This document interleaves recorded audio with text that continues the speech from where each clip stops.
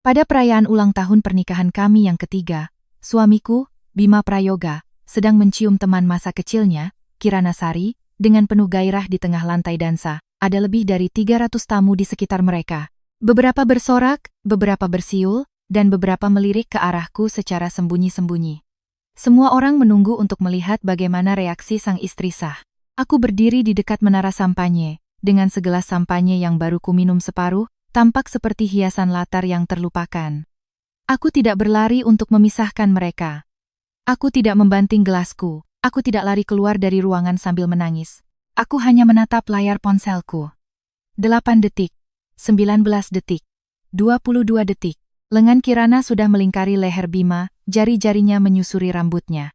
Gerakannya begitu alami, seolah-olah dia telah melakukannya 10.000 kali sebelumnya. Tangan Bima melingkar erat di pinggang Kirana. Ada aura dominan dan posesif yang kuat dalam posturnya. Aku sangat mengenal postur itu karena dia tidak pernah sekalipun memelukku seperti itu. Aku menyesap sampanyeku dengan tenang. Gelembung-gelembungnya pecah di ujung lidahku. Rasanya sedikit pahit. 47 detik. 48 detik. Tiba-tiba, seseorang menerobos kerumunan dan menghampiriku, meraih pergelangan tanganku dengan suara yang bercampur antara cemas dan marah. Apa kamu buta? Suamimu mencium wanita lain di depan semua orang, dan kamu hanya berdiri di sini minum-minum? Apa kamu sedang menghitung waktu mereka? Aku menunjukkan layar ponselku padanya. Hampir 3 menit, staminanya cukup mengesankan. Wanita itu menatapku seolah-olah aku orang gila. Di sebelahnya, beberapa istri dari kerabat keluarga Prayoga telah berkumpul. Ekspresi mereka adalah campuran dari 30% rasa senang melihat penderitaan orang lain, 30% simpati palsu, dan 40% rasa ingin tahu murni. Anindita, jangan dimasukkan ke hati, kata salah satu dari mereka. Mereka berdua sudah bersama sejak kecil. Mereka hanya dekat. Itu saja, benar, timpal yang lain. Mereka teman masa kecil. Ciuman kecil tidak berarti apa-apa. Jangan berpikiran sempit. Detik berikutnya, aku melemparkan segelas sampanye tepat ke wajah wanita itu. Seluruh ruangan menjadi hening seketika. Bahkan musik di lantai dansa seakan berhenti berdetak. Wanita itu menjerit dan terhuyung ke belakang, sampanye menetes dari dagunya dan merusak gaun desainer mahalnya, pemandangan yang menyedihkan.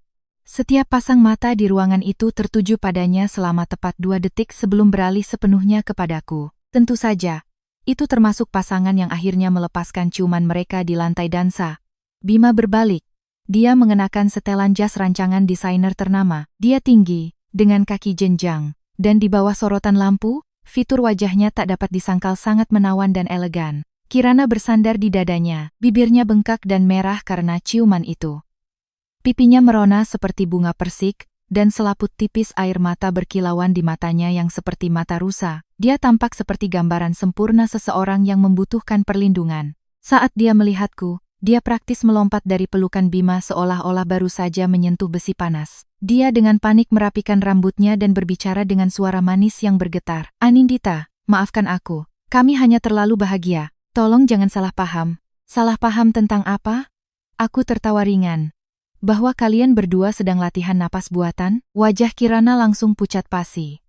Lingkar matanya segera memerah, dan dia menggigit bibirnya, mundur setengah langkah. Posturnya dengan sempurna memperhitungkan sudut seorang wanita yang telah menderita penghinaan yang luar biasa, tetapi dengan berani menolak untuk membicarakannya. Cara para pria di ruangan itu memandangku berubah seketika, seolah-olah aku adalah penjahat utama. Seperti yang sudah kuduga, Bima mengerutkan kening dan berjalan ke arahku. Dia berdiri menjulang, menatapku dari atas, dan berbicara dengan nada yang biasa digunakan untuk memarahi anak nakal. Hari ini adalah ulang tahun pernikahan kita. Jangan membuat keributan. Kirana sudah seperti adikku sendiri.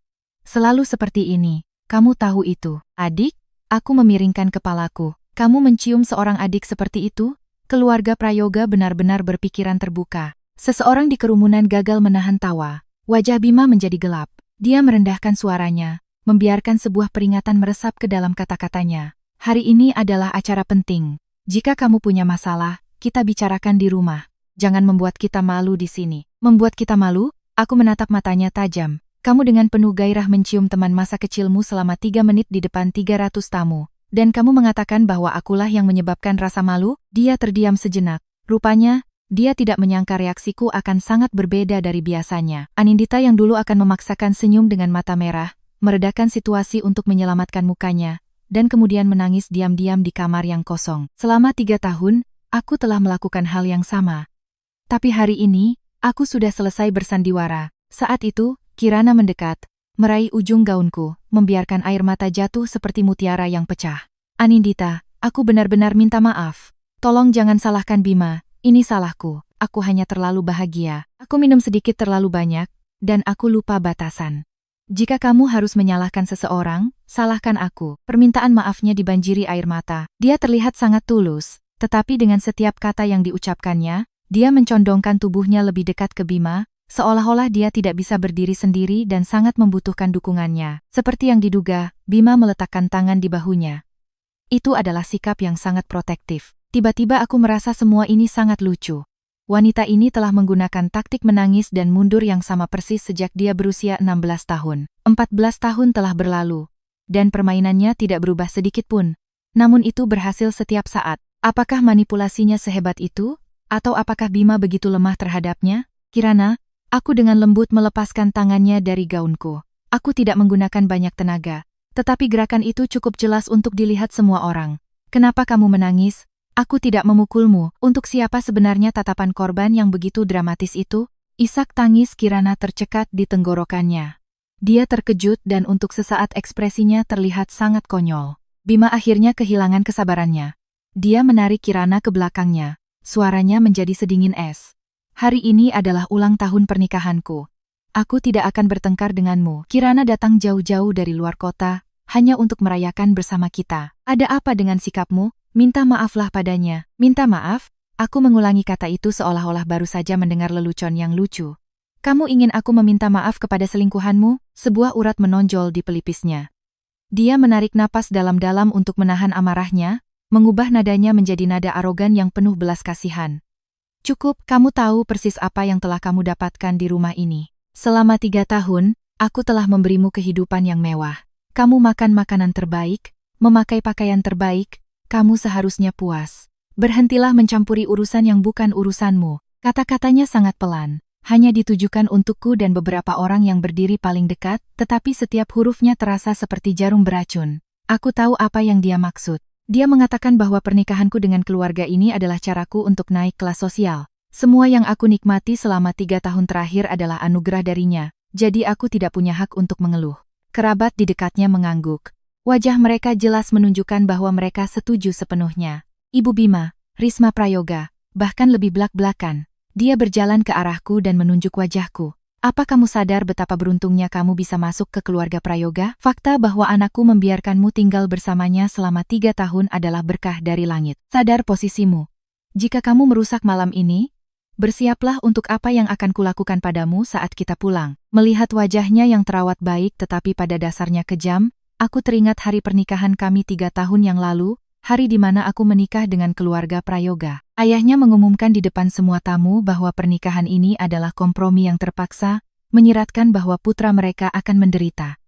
Saat itu, aku tidak mengatakan apa-apa, aku diam-diam membiarkan upacara selesai. Kukira waktu akan mengubah segalanya. Kukira pengabdian yang tulus akan dibalas dengan pengabdian yang tulus. 3 tahun kemudian, aku menyadari betapa salahnya aku. Aku melihat ponselku. Di layar ada satu folder. Di dalamnya ada semua yang telah kukumpulkan selama 3 tahun terakhir. Dokumen manapun di dalamnya cukup untuk menjungkir balikan keluarga ini. Aku hanya menunggu saat yang tepat. Dan sekarang, saat itu telah tiba. Apakah kalian semua sudah selesai? Aku mengangkat kepalaku. Senyum tipis terukir di bibirku, dan suaraku setenang percakapan biasa. Ibu Risma, tadi ibu bertanya, apakah aku tahu bagaimana aku bisa masuk ke keluarga ini? Nah, apakah ibu ingat 3 tahun lalu ketika Prayoga Global Holdings mengalami pemotongan dana dan berada di ambang kebangkrutan? Siapa yang secara pribadi menggadaikan 3 properti mewah dan akta seluruh blok komersial ke Bank Nusantara untuk menyuntikkan dana sebesar 2 triliun rupiah ke perusahaan? Wajah Risma membeku. Obrolan di ballroom perlahan mereda saat semua orang menajamkan telinga. 2 triliun rupiah. Angka itu dijatuhkan ke tengah kerumunan seperti bom. Semua orang yang hadir membeku. Di mata mereka, aku hanyalah seorang wanita cantik biasa tanpa latar belakang, seorang wanita matre yang beruntung. Tidak ada yang tahu tentang ini. Alis Bima mengerut erat. Apa gunanya membahas itu sekarang? Tidak ada, kataku, sambil melirik ke sekeliling ruangan. Suaraku tidak tergesa-gesa tetapi cukup keras untuk didengar semua orang. Aku hanya ingin memperjelas satu hal kepada kalian semua. Wanita yang kalian klaim bergantung pada belas kasihan kalian sebenarnya adalah penyelamat sejati keluarga ini. Tanpa 2 triliun rupiah itu, Prayoga Global Holdings akan dilikuidasi di pengadilan kebangkrutan 3 tahun lalu. Kamu bahkan tidak akan bisa membayar tagihan laundry untuk setelan jas yang kamu kenakan itu. Ballroom meledak dengan desahan kaget. Wajah Risma berubah pucat pasi, mulutnya ternganga tanpa sepatah kata pun keluar. Wajah Bima tidak bisa lebih buruk lagi. Dia menatapku seolah-olah baru pertama kali melihatku. Dia tahu tentang uang itu, tetapi dalam 3 tahun, dia tidak pernah sekalipun menyebutkannya di depan siapapun. Sebaliknya, dia membiarkan semua orang percaya bahwa dia sendiri yang mendapatkan dana talangan itu. Kirana jelas juga tidak tahu. Dia menatap Bima dengan kaget, lalu kembali padaku. Serangkaian emosi yang kompleks melintas di wajah cantiknya. Aku tersenyum dan mengangkat ponselku, membalikkan layar ke arah Bima. Aku baru saja mengirimkan perjanjian cerai ke Departemen Hukum Prayoga Global.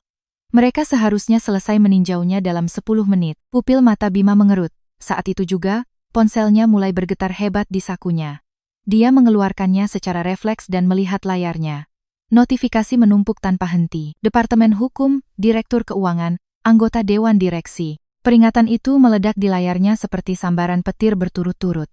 Jari-jarinya sedikit gemetar saat dia membuka salah satunya. Detik berikutnya, wajahnya terlihat pucat seperti hantu. Sejak kapan kamu? Suaranya benar-benar berubah. Kepercayaan diri dan sikap dominan dari sebelumnya hilang, digantikan oleh kepanikan dan teror yang belum pernah kulihat sebelumnya. Dia mengangkat kepalanya, matanya merah. Suaranya serak. Apa arti klausul 3 dari perjanjian itu? Aku menyelipkan sehelai rambut yang tergerai ke belakang telingaku dan berjalan menuju pintu besar ballroom dengan sepatu hak setinggi 10 cm. Aku berbalik dan memberinya senyum cerah. Klausul 3. Oh, itu adalah klausul di mana aku menarik seluruh suntikan modalku, ditambah bunga selama 3 tahun. Menurut klausul penalti dalam kontrak asli, jumlah yang kamu berutang padaku sekarang bukanlah 2 triliun rupiah. Aku berhenti sejenak, berpura-pura sedang mengingat detail sepele, tapi 4,5 triliun rupiah. Desahan keras bergema di seluruh ruangan.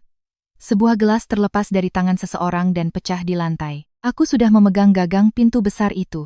Melihat wajah tampan Bima, yang kini terdistorsi oleh ketakutan absolut, aku berbicara kepadanya dengan lembut, seperti membujuk seorang anak. Dokumen untuk rekening luar negeri di brankas di kantormu, sudah diserahkan ke Direktorat Jenderal Pajak dan Otoritas Jasa Keuangan. Tidak perlu berterima kasih, ini sepenuhnya legal. Tubuh Bima bergoyang hebat. Kirana dengan panik mencoba menopangnya, tetapi dia dengan kasar mendorongnya menjauh. Dia terhuyung-huyung menuju pintu dengan mata merah, tampak seperti binatang yang terpojok. Suaranya praktis menjadi raungan. Tunggu, berhenti di situ. Aku mendorong pintu hingga terbuka.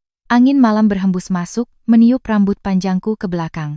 Di luar, sebuah Rolls-Royce hitam sedang menunggu. Pintu belakang sudah terbuka, dan orang di dalamnya mengulurkan tangan ke arahku. Oh, benar. Aku lupa menyebutkan satu hal lagi. Aku tidak menoleh ke belakang. Angin malam membawa suaraku ke dalam ballroom, menyampaikannya dengan jelas ke telinga semua orang. Ketika kamu menikahiku, kamu pikir aku hanya wanita biasa, bukan? Sayang sekali, namaku tidak penting.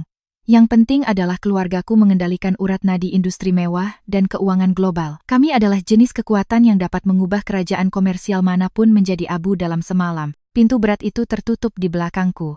Di dalam ballroom, keheningan total menyelimuti, segera diikuti oleh ledakan kekacauan. Jeritan, teriakan putus asa, suara pecahan kaca, semuanya bercampur menjadi satu. Yang paling keras dari semuanya adalah jeritan melengking Risma Prayoga yang pecah. Dia akhirnya menyadari siapa sebenarnya menantu perempuannya, wanita yang telah dia siksa setiap hari selama 3 tahun. Dan putranya jatuh berlutut di tempat, bukan karena tersandung, tetapi karena kakinya benar-benar kehilangan kekuatan untuk berdiri. Mobil perlahan menjauh. Layar ponselku menyala. Itu adalah pesan dari Saskia. Anindita, kamu pewaris Mahardika Group? Kita sudah bersahabat selama 6 tahun dan aku tidak pernah tahu. 2 pesan lagi muncul. Aku memutar audionya, dan teriakan Saskia hampir meledakkan speaker ponselku. Itu adalah hal paling memuaskan yang pernah kulihat. Risma benar-benar pingsan. Haha, suamimu mencoba mengejarmu keluar dan jatuh tersungkur di tangga. Kirana dikelilingi oleh para sosialita yang menginterogasinya apakah dia tahu siapa kamu sebenarnya. Wajahnya pucat pasi. Aku tertawa sampai mati. Aku tersenyum. Tepat saat aku akan mengetik balasan, Sebuah nomor internasional yang sangat panjang dan tidak dikenal menelepon ponselku. Lokasi yang ditampilkan adalah Monaco. Senyum di bibirku perlahan memudar. Aku menjawab dan suara rendah seorang pria tua terdengar. Dia hanya mengatakan satu kalimat, suaranya tidak keras, tetapi membawa tekanan yang tak terbantahkan, seperti gunung salju yang sunyi dan menghancurkan. Nona Anindita Mahardika, kondisi Tuan Prabu Mahardika tidak bisa bertahan lebih lama lagi. Apakah Anda sudah selesai bermain? Aku tanpa sadar mencengkeram ponselku, buku-buku jariku memutih. Setelah 3 detik hening, aku berbicara dengan suara yang begitu tenang, hingga mengejutkan diriku sendiri. Katakan padanya aku hanya butuh 1 minggu lagi. Dalam 1 minggu, aku akan kembali. Aku melihat keluar jendela ke pemandangan malam kota yang kabur melewati kami di jalan tol. Lampu-lampu neon memantul dan berkelip di kaca. Kota tempat aku tinggal selama 3 tahun ini, dengan segala kemewahan dan kebisingannya, sekarang hanyalah bayangan yang memudar di jendela. Dalam 1 minggu, aku akan membawa kembali apa yang seharusnya kuambil 3 tahun yang lalu. Setelah menutup telepon, aku membuka folder terkunci di ponselku. Di dalamnya ada sebuah foto tunggal.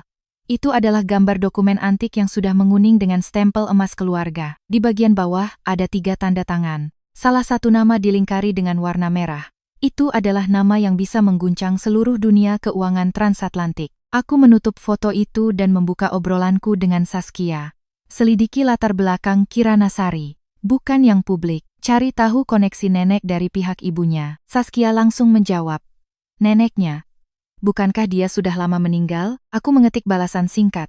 Dia tidak mati. Aku melanjutkan. Dia mengganti namanya dan sekarang tinggal di Monaco. Obrolan itu hening selama 1 menit penuh. Kemudian, badai indikator pengetikan dan pesan audio panjang tiba dari Saskia. Suaranya bergetar. Maksudmu dia terhubung dengan keluarga Van der Hoek? Jika itu benar, maka kedekatannya dengan suamimu, Anindita. Seberapa dalam kegelapan ini, aku tidak membalas karena mobil sudah tiba di tujuan. Markas besar Prayoga Global Holdings. Aku melihat ke lantai paling atas, suite eksekutif. Lampu-lampu masih menyala. Perjanjian cerai itu jelas cukup membuatnya takut untuk meninggalkan pestanya dan langsung bergegas kembali ke kantor. Sempurna. Itu menghemat perjalananku. Aku keluar dari mobil. Suara hak sepatuku beradu keras saat aku berjalan menuju lobi depan. Para penjaga keamanan membeku ketika melihatku. Selama 3 tahun, aku tidak pernah menginjakkan kaki di sini larut malam, apalagi dengan gaun adibusana yang mahal. Mereka secara naluriah mencoba menghentikanku, tetapi asistenku, Rina, bergegas keluar dari lobi dan memberiku sebuah berkas. Nona Mahardika, CEO Prayoga ada di atas. Tim hukum juga ada di sana. Rina menelan ludah, merendahkan suaranya. Kirana Sari juga ada di sini. Dia tiba sekitar 5 menit sebelum Anda. Dia sedang menangis di kantornya sekarang. Aku mengangkat alis dan tidak bisa menahan tawa. Luar biasa. Tepat setelah aku pergi, dia langsung berlari kembali ke sang suami. Setelah mengamati trik murahannya selama bertahun-tahun, aku bisa membacanya dengan mata tertutup. Tetapi jika dia begitu putus asa, berarti dia menyembunyikan sesuatu yang besar. Aku melangkah ke dalam lift dan menekan tombol lantai teratas. Pintu perlahan tertutup, bayanganku menatap balik dari dinding cermin. Usia 25 tahun, puncak kehidupanku, dan saat paling sadar yang pernah kualami. 3 tahun pernikahan mengajariku satu hal. Ketika seorang pria mempermalukanmu di depan umum, bukan berarti dia tidak tahu itu menyakitimu. Dia hanya tidak peduli jika kamu menderita. Jadi, kali ini, aku akan memastikan dia merasakan sakitnya. Lift berbunyi dan berhenti di lantai teratas. Pintu-pintu terbuka. Di ujung koridor, pintu kantor eksekutif sedikit terbuka. Isak tangis Kirana terdengar. Itu adalah jenis tangisan yang dirancang untuk meluluhkan tulang seorang pria. Bima, aku sangat menyesal. Aku benar-benar tidak tahu siapa dia. Apakah aku merusak segalanya untukmu?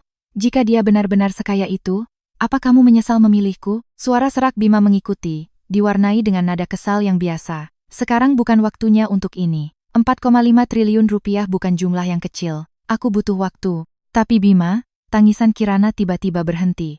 Suaranya beralih ke sesuatu yang hati-hati tetapi menyembunyikan kegembiraan yang dalam. Bagaimana jika ku bilang aku bisa mendapatkan uang itu untukmu? Langkahku terhenti di koridor. Kantor itu hening selama beberapa detik. Kemudian Bima berbicara.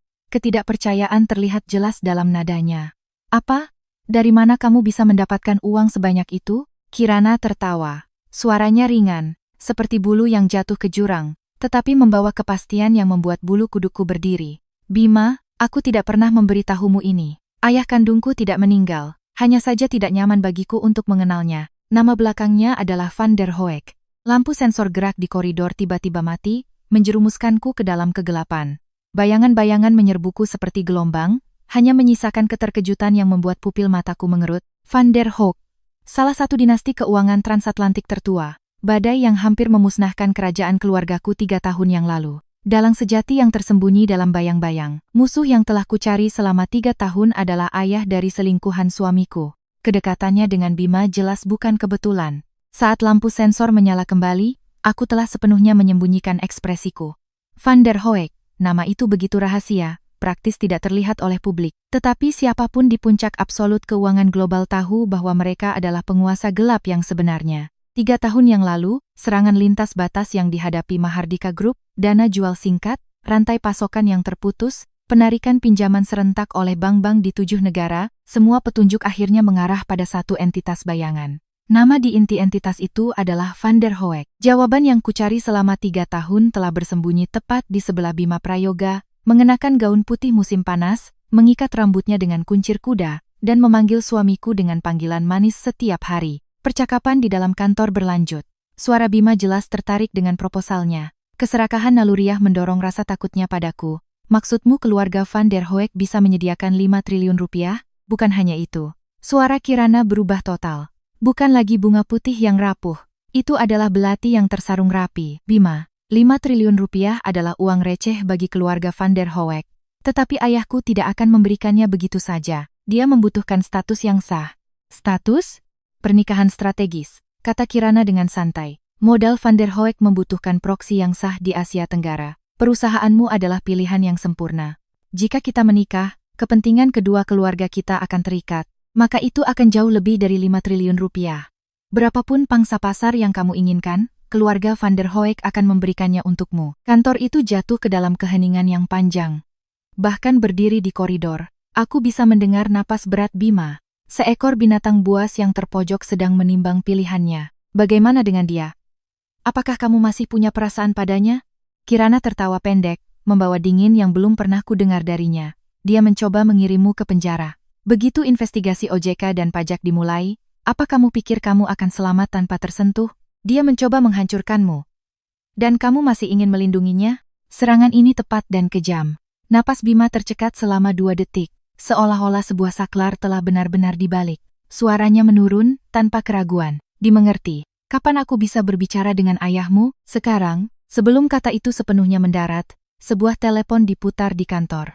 Kemudian, percakapan lancar dalam bahasa Prancis dimulai. Beralih bahasa, Kirana terdengar sangat alami, seperti ular yang kembali ke air. Aku bersandar di dinding koridor, mengeluarkan ponselku, dan mengirim pesan teks ke Rina. Tarik profil latar belakang lengkap Kirana Sari. Fokus sepenuhnya pada sisi ibunya. Selidiki seorang pria bernama Victor Van der Hoek. Setiap transaksi komersial publik dan pribadi selama 30 tahun terakhir. Kirim ke emailku dalam 5 menit. Ponselku bergetar. Rina menjawab dengan satu kata, dimengerti. Aku menegakkan posturku, menyesuaikan garis leher gaunku, dan mengetuk pintu kantor 3 kali. Ruangan itu menjadi sunyi senyap. Setelah kegaduhan singkat, suara Bima terdengar, serak dan waspada. Siapa? Istrimu. Aku membiarkan kata itu menggantung. Atau calon mantan istrimu. Pintu terbuka dari dalam. Bima berdiri di sana. Dia telah melepas jasnya, dasinya dilonggarkan, dan 2 kancing atas kemejanya terbuka. Dia tampak seperti baru saja ditarik dari air, lapisan tipis keringat berkilauan di dahinya. Saat dia melihatku, pupil matanya sedikit menyusut, jakunnya naik turun. Kirana sedang duduk di sofa. Dia terlihat jauh lebih tenang darinya. Kakinya disilangkan, sebatang rokok ramping dipegang dengan anggun di antara jari-jarinya. Dia tidak berdiri ketika aku masuk. Dia hanya mengisap pelan, menghembuskan napas, dan menatapku melalui asap dengan senyum tipis. Arti di balik senyum itu sama sekali berbeda dari saat di pesta. Di pesta, dia adalah kelinci putih yang terluka. Sekarang, dia adalah rubah yang telah menanggalkan kulitnya. Anindita. Dia menjentikkan abunya dengan anggun, berbicara dengan santai seolah menyapa teman lama. Kamu butuh waktu lebih lama dari yang kukira. Aku tersenyum dan masuk. Duduk di sofa di seberangnya. Aku melemparkan map Manila ke atas meja dengan bunyi gedebuk yang keras. Macet. Kamu terlalu cepat. Selesai menangis dan menempuh perjalanan 5 menit. Aku hampir tidak punya waktu untuk ganti mobil. Ekspresi Kirana sedikit berubah, tetapi dia cepat pulih. Dia mengisap rokoknya dan melirik Bima. Bima, beri kami waktu sebentar. Aku perlu bicara dengan Anindita dari wanita ke wanita. Bima ragu-ragu selama 2 detik, melirik di antara kami. Akhirnya, dia mengangguk dan berjalan ke pintu. Saat dia melewatiku, langkahnya sedikit goyah. Dia tampak seperti ingin mengatakan sesuatu, tetapi akhirnya tutup mulut dan pergi. Suara pintu yang tertutup bergema tajam di kantor yang sunyi. Kirana mematikan rokoknya di asbak kristal. Dia bersandar di sofa, menyilangkan kakinya dengan cara lain, menatapku dari atas ke bawah dengan tatapan seseorang yang mengamati mangsa. Dia tidak lagi menyembunyikannya. Kecerdasan tajam di matanya benar-benar berbeda dari kekacauan tangis di pesta. Jujur, aku terkesan padamu, mulainya. Nadanya meneteskan nada merendahkan dan kasihan. Bagi pewaris dinasti besar untuk menyembunyikan identitasnya selama 3 tahun hanya untuk memainkan peran sebagai menantu yang rendah hati di rumah orang lain. Kesabaran seperti itu jarang terjadi. Tapi kamu punya satu kelemahan fatal. Aku tidak mengatakan apa-apa, hanya memiringkan kepalaku, menunggunya melanjutkan. Kamu membiarkan emosimu menguasaimu. Kamu bisa saja mengungkapkan identitasmu pada hari pertama. Kamu bisa saja menggunakan kekuatan keluargamu untuk membuat keluarga Prayoga tunduk padamu. Tapi kamu tidak melakukannya. Kamu bertaruh pada hatinya yang tulus. Bukan, kamu ingin melihat apakah dia akan mencintaimu bahkan tanpa tahu siapa kamu. Dia tertawa, suara yang tajam dan mengejek. Pada akhirnya, kamu kalah. Bukan hanya dia tidak mencintaimu, dia mempermalukanmu di depan umum. Kamu menghabiskan 3 tahun hanya untuk membuktikan satu hal. Lepaskan lingkaran cahaya keluargamu, dan kamu adalah wanita yang sama sekali tidak layak untuk dicintai. Setiap kata adalah pisau yang diasah dengan cermat, kesombongan kejam yang khas dari seorang pewaris Van der Hoek. Dia ingin menghancurkanku. Dia ingin membuatku menangis, untuk menghancurkanku secara psikologis, tapi ada satu hal yang tidak dia ketahui. Selama 3 tahun, aku memang telah berjudi, tetapi aku tidak berjudi pada hati tulus Bima Prayoga. Aku berjudi untuk mencari tahu siapa mata-mata internal selama krisis keluargaku 3 tahun yang lalu. Aku tertawa. Aku mendorong map Manila ke tengah meja, menekan jariku di atas segel foil emas. Kirana, apa kamu sudah selesai bicara? Karena sekarang giliranku untuk bertanya. Silakan. 3 tahun yang lalu, rantai pasokan Mahardika Group di Amerika Latin terputus dari dalam. 17 pabrik menghentikan produksi dan kerugian melebihi 5 triliun rupiah. Data inti untuk rantai pasokan itu dipegang oleh 7 eksekutif di sana. Namun data yang bocor adalah salinan file terenkripsi yang persis telah kutandatangani. Log server hanya menunjukkan satu akses tidak sah selama rentang waktu yang sangat spesifik. Suaraku datar, seperti menyampaikan laporan bisnis, tetapi senyum di wajah Kirana sudah mulai kaku. Selama rentang waktu yang tepat itu, aku perlahan membuka halaman pertama, menggeser tangkapan layar cetak dari rekaman keamanan ke arahnya. Kamu memasuki Kepulauan Cayman dengan visa pelajar. Tanggalnya sangat cocok dan alamat IP yang mengakses server terenkripsi berasal dari kamar hotel tempat kamu menginap. Semuanya ada di tangkapan layar ini. IP, nama reservasi, nama legalmu. Pupil mata Kirana mengerut hebat. Kakinya yang bersilang terbuka. Punggungnya tanpa sadar tegak. Namun dia mencoba mempertahankan posisinya, memaksakan senyum kaku.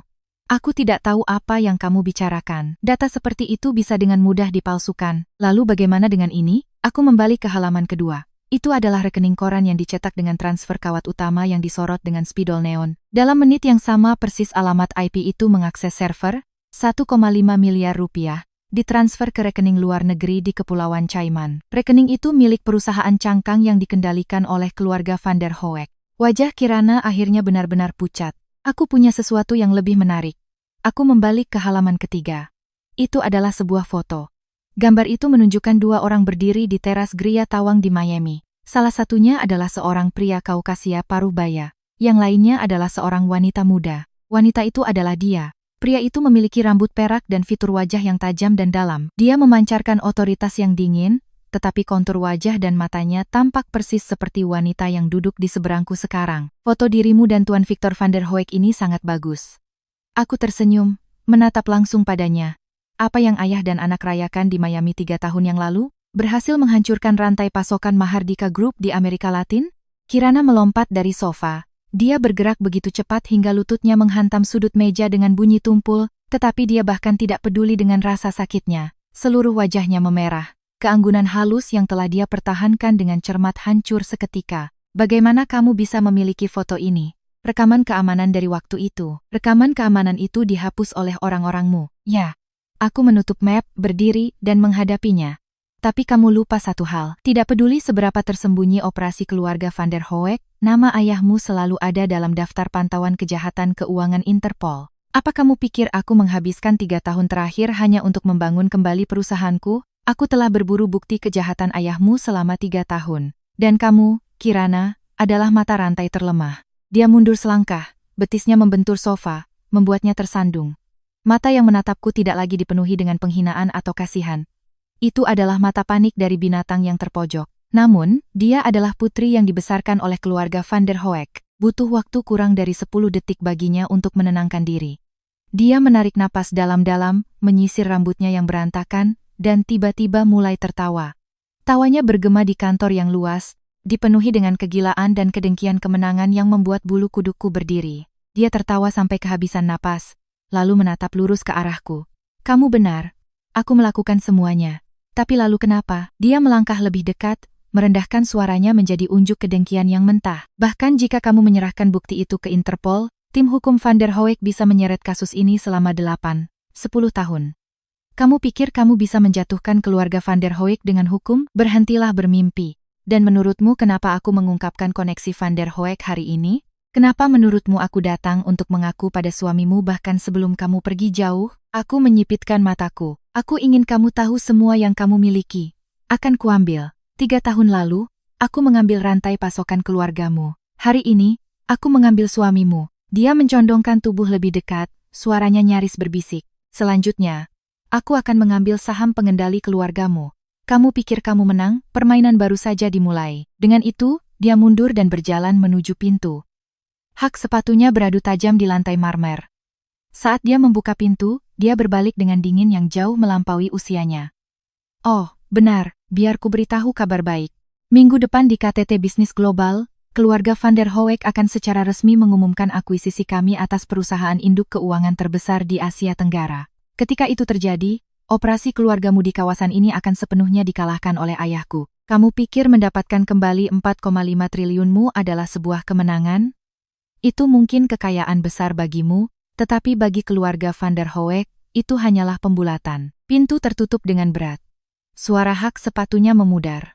Aku menatap pintu yang tertutup dalam diam selama 3 detik. Kemudian, aku duduk kembali di sofa dan menekan nomor yang telah kusimpan selama setahun tetapi tidak pernah kupanggil. Berdering 2 kali sebelum seseorang mengangkatnya. Itu adalah suara serak seorang wanita yang berbicara bahasa Inggris lancar dengan aksen jalanan yang licin.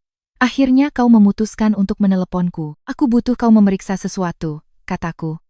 Berapa banyak uang gelap terlarang yang ada di kantong yang dikendalikan oleh keluarga Van der Hoek? Sri Kandi terdiam sejenak. Lalu dia tertawa, suaranya seperti pecahan kaca yang bergesekan dengan logam. Apa kau tahu apa yang kau minta? Kau ingin menyentuh kantong uang gelap Van der Hoek? Kantong itu melibatkan kepentingan politik dan perusahaan dari setidaknya 17 negara. Menyentuhnya berarti menyatakan perang terhadap separuh Eropa. Kau tahu itu kan? Apa kau gila? Mungkin. Aku bersandar di sofa, menatap lampu gantung. Senyum perlahan terbentuk di bibirku. Tapi dia baru saja memberitahuku sesuatu. Minggu depan di KTT, keluarga Van der Hoek mendukung perusahaan induk keuangan terbesar di Asia Tenggara. Saluran menjadi sunyi senyap selama 2 detik. Kemudian suara Sri Kandi turun, diwarnai kewaspadaan dingin. Di mana? Dia tidak mengatakannya, tetapi berdasarkan operasi Mahardika Group di Asia Tenggara, hanya ada 3 perusahaan yang cocok dengan deskripsi itu. Jika keluarga Van der Hoek mengendalikan salah satunya, keluargaku kehilangan pijakan di pasar. Apa rencanamu? Aku duduk tegak, mengambil map Manila, dan membalik ke halaman terakhir. Tercetak di atasnya adalah foto dokumen berusia 30 tahun. Segel emas, 3 tanda tangan, dan nama yang dilingkari merah. Victor van der Hoek. Victor van der Hoek punya kelemahan fatal, kataku. Dia terlalu sombong. Dia percaya tidak ada seorang pun di dunia ini yang bisa menyentuh uang gelapnya. Jadi semua transaksi ilegalnya mengalir melalui rute clearing luar negeri yang sama. Kunci enkripsi untuk rute itu dipecah menjadi 3 bagian, disimpan di 3 lokasi berbeda. 3 tahun lalu, salah satu bagian itu sempat disimpan di lokasi tertentu saat transit. Di mana?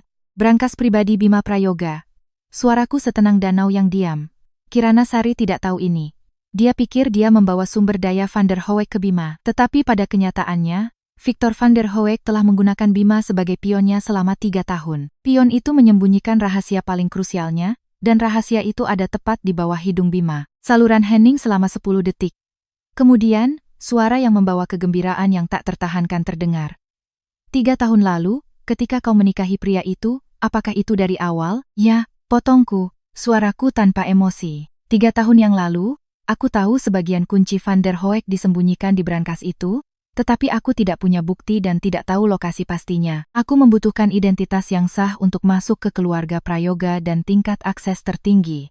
Posisi Nyonya Prayoga adalah satu-satunya kunci ke brankas itu. Kau menahannya selama 3 tahun, 2 bulan, dan 1 hari. Aku mengucapkan angka-angka itu dengan sempurna. Setiap penghinaan dari Risma Prayoga, setiap perlakuan dingin dari Bima, setiap air mata palsu dari Kirana, aku ingat semuanya, bukan karena aku emosional, tetapi karena aku sedang menunggu. Ponselku bergetar. Sebuah pesan dari Sri Kandi. Aku membukanya. Itu adalah satu baris data. Perkiraan volume kantong uang gelap Van der Hoek, sekitar 64 triliun rupiah. Aku meneruskan pesan itu kembali padanya dan berbicara ke telepon, suaraku begitu jernih dan pasti hingga bisa membekukan udara. Beri aku lokasi pasti dari fragmen kunci itu. Sri Kandi menarik napas dalam-dalam di ujung sana. Lalu, dengan nada yang terdengar hampir seperti doa, dia berkata, semoga bahkan iblis pun takut padamu. Aku menutup telepon, berdiri, dan berjalan ke jendela besar dari lantai ke langit-langit kantor eksekutif. Di luar, pemandangan malam kota terbentang, lampu-lampu tak berujung mengalir seperti sungai bintang. Brankas itu terletak di pinggiran kota, sebuah bangunan abu-abu yang tidak mencolok. Sistem keamanan untuk bangunan itu menggunakan protokol enkripsi yang telah kurancang untuk Prayoga Global 3 tahun lalu. Kirana mengatakan permainan baru saja dimulai, tetapi dia tidak tahu permainan itu telah dimulai 3 tahun yang lalu.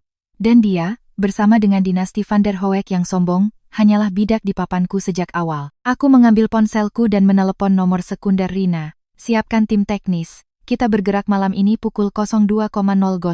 Target? Aku berbalik, melihat foto pernikahan yang tergantung di dinding kantor. Di foto itu, aku mengenakan gaun putih, tersenyum lembut. Bima berdiri di sebelahku, ekspresinya dingin, seperti dia hanya menyelesaikan tugas. Ironisnya, foto ini diambil di ruang depan brankas pribadi itu. Di dinding marmer di belakang kami, sebuah huruf emas terukir. Vault A. 3 tahun lalu, dalam file internal Van der Hoek, A adalah nama kode. Target. Aku berbicara ke telepon, suaraku membawa ketajaman yang belum pernah kutunjukkan dalam 3 tahun. Brankas pribadi Prayoga, Hall 7, Locker 7. Aku menjatuhkan ponsel ke dalam tasku dan berjalan menuju pintu. Saat aku melewati meja, nama yang dilingkari merah di halaman terakhir map itu menangkap cahaya. Tampak sangat menusuk. Aku merobek halaman itu, melipatnya, dan menyelipkannya ke dalam sakuku.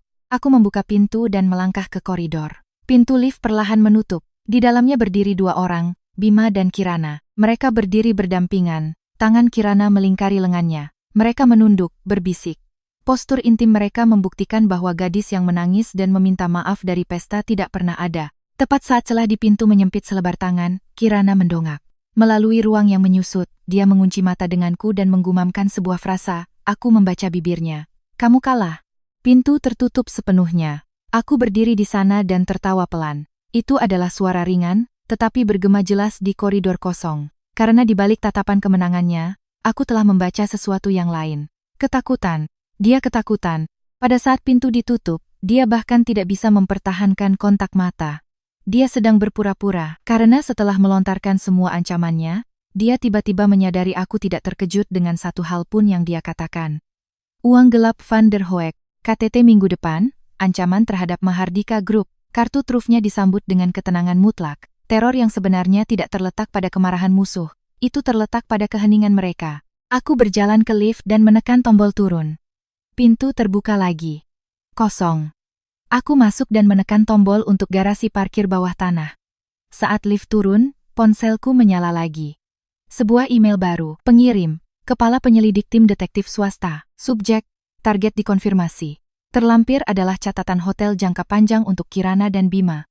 Aku menggulir ke bawah. Dari Februari tahun lalu hingga Oktober tahun ini, catatan selama 20 bulan. Setidaknya 3 kali sebulan. Terkadang 6. Kamar-kamar itu dipesan atas nama asisten eksekutif Bima, tetapi rekaman keamanan yang terlampir dengan jelas menunjukkan mereka berdua masuk dan keluar. Catatan pertama berasal dari bulan kelima pernikahan kami. Aku menatap tanggal-tanggal itu, menyelaraskannya dengan ingatanku. 14 Maret tahun lalu. Ulang tahunku. Bima memberitahuku dia tidak bisa pulang karena pekerjaan. Aku duduk sendirian di rumah besar kami yang dingin makan mie instan. Log menunjukkan bahwa pada pukul 20.47 malam itu, dia dan Kirana masuk ke kamar hotel. Mereka tidak keluar sampai pukul 07.00 keesokan harinya. 21 September tahun lalu. Risma Prayoga memarahiku di depan seluruh keluarga karena kami telah menikah lebih dari setahun dan aku belum memberi mereka anak. Bima duduk di sebelahku, diam, bahkan tidak melirikku. Log menunjukkan dia menghabiskan 4 jam di hotel dengan Kirana sore itu. Malam tahun baru. Bima bilang dia akan pergi ke Bali untuk sebuah pertemuan. Aku berdiri sendirian di depan orang tuanya, menyelamatkan mukanya, tersenyum sopan sepanjang malam.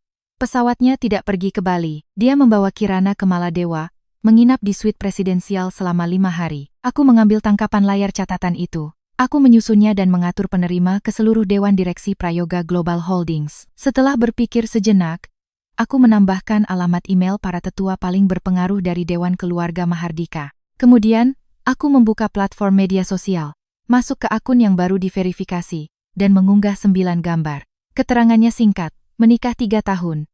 Aku menghabiskan 2 triliun rupiah untuk menyelamatkan keluarganya. Inilah yang mereka lakukan padaku. Lihat gambarnya.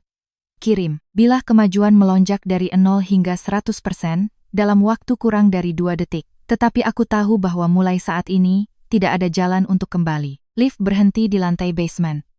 Udara dingin dari garasi parkir masuk, menerbangkan ujung gaunku. Aku melangkah keluar, bunyi tajam hak sepatuku bergema di seluruh ruang beton yang luas. Ponselku mulai bergetar tak terkendali. Banjir pesan dari Saskia. Satu demi satu, terlalu cepat untuk dibaca.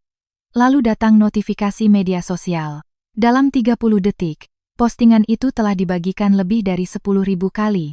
Bagian komentar meledak.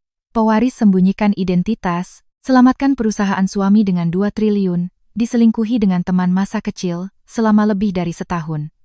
Itu menjadi topik yang sedang tren secara instan. Saham Prayoga Global akan anjlok saat pembukaan pasar besok. Aku tidak membaca lebih jauh karena sebuah Rolls-Royce hitam perlahan berhenti di depanku. Jendela diturunkan, memperlihatkan wajah Saskia yang memerah dan marah. Masuk, cepat. Dia merendahkan suaranya. Ekspresinya berkerut saat dia menahan keinginan untuk berteriak. Seseorang dari pihak kakekmu ada di sini. Mereka ada di mobilku. Kakekmu mengadakan rapat Dewan Keluarga Darurat malam ini untuk membahas situasimu. Langkahku goyah. Kakekku, nama yang sengaja kuhindari selama 3 tahun, Prabu Mahardika.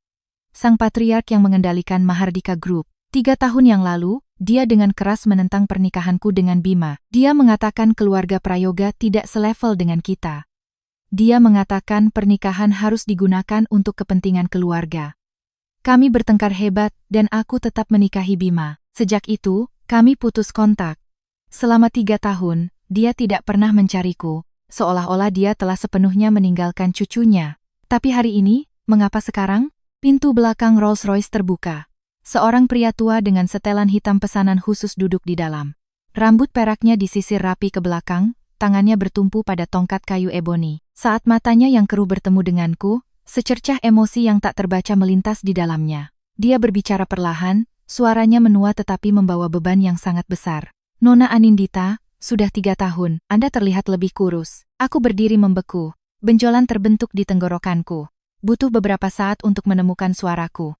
Pak Baskoro. Pak Baskoro telah melayani di sisi Prabu Mahardika selama 40 tahun. Dia telah berada di kediaman Mahardika sejak sebelum aku lahir. Ketika aku masih kecil dan jatuh dari balkon lantai 2 saat bermain, Pak Baskorolah yang menangkapku. Ketika aku menghadiri rapat dewan pertamaku pada usia 16 tahun dan menghadapi pertanyaan brutal dan jahat, Pak Baskorolah yang turun tangan, melindungiku, dan memarahi para eksekutif. Di dunia ini, selain Prabu Mahardika, dia adalah satu-satunya orang yang terasa seperti keluarga sejati bagiku. Pak Baskoro, bagaimana kabar kakek? Tanyaku, tidak tahu harus mulai dari mana. Pak Baskoro mengangkat tangan, menghentikanku. Dia mengeluarkan amplop manila coklat dari jasnya dan mengulurkannya. Amplop itu kosong, disegel dengan lambang keluarga Mahardika dari lilin. Tuan Prabu meminta Anda untuk meninjau ini terlebih dahulu, kata Pak Baskoro, suaranya membawa beban yang belum pernah terjadi sebelumnya. Setelah Anda membacanya, Anda boleh memutuskan apakah akan kembali dengan saya atau tidak. Aku mengambil amplop itu. Saat jari-jariku menyentuh segel lilin, firasat buruk menyelimuti dadaku. Aku membuka segel dan mengeluarkan dokumen-dokumen itu. Hanya dengan melirik halaman pertama, seluruh tubuhku terkejut, membekukanku di tempat. Itu adalah draft resolusi internal untuk Dewan Direksi Mahardika Group, tertanggal hari ini. Draft itu singkat, terdiri dari 3 klausul yang ditulis dalam jargon hukum yang dingin, tetapi jika digabungkan, itu adalah hukuman mati. Klausul 1. Mengenai suntikan modal besar yang tidak sah ke perusahaan pihak ketiga, Prayoga Global Holdings, melalui aset pribadi selama pernikahan subjek, tindakan ini melewati persetujuan Dewan dan merupakan penyalahgunaan wewenang. Sesuai dengan Pasal 7 Anggaran Dasar Perusahaan Mahardika, Dewan secara resmi mengajukan petisi kepada Dewan Keluarga Mahardika untuk mengevaluasi kembali status subjek sebagai pewaris yang ditunjuk. Klausul 2.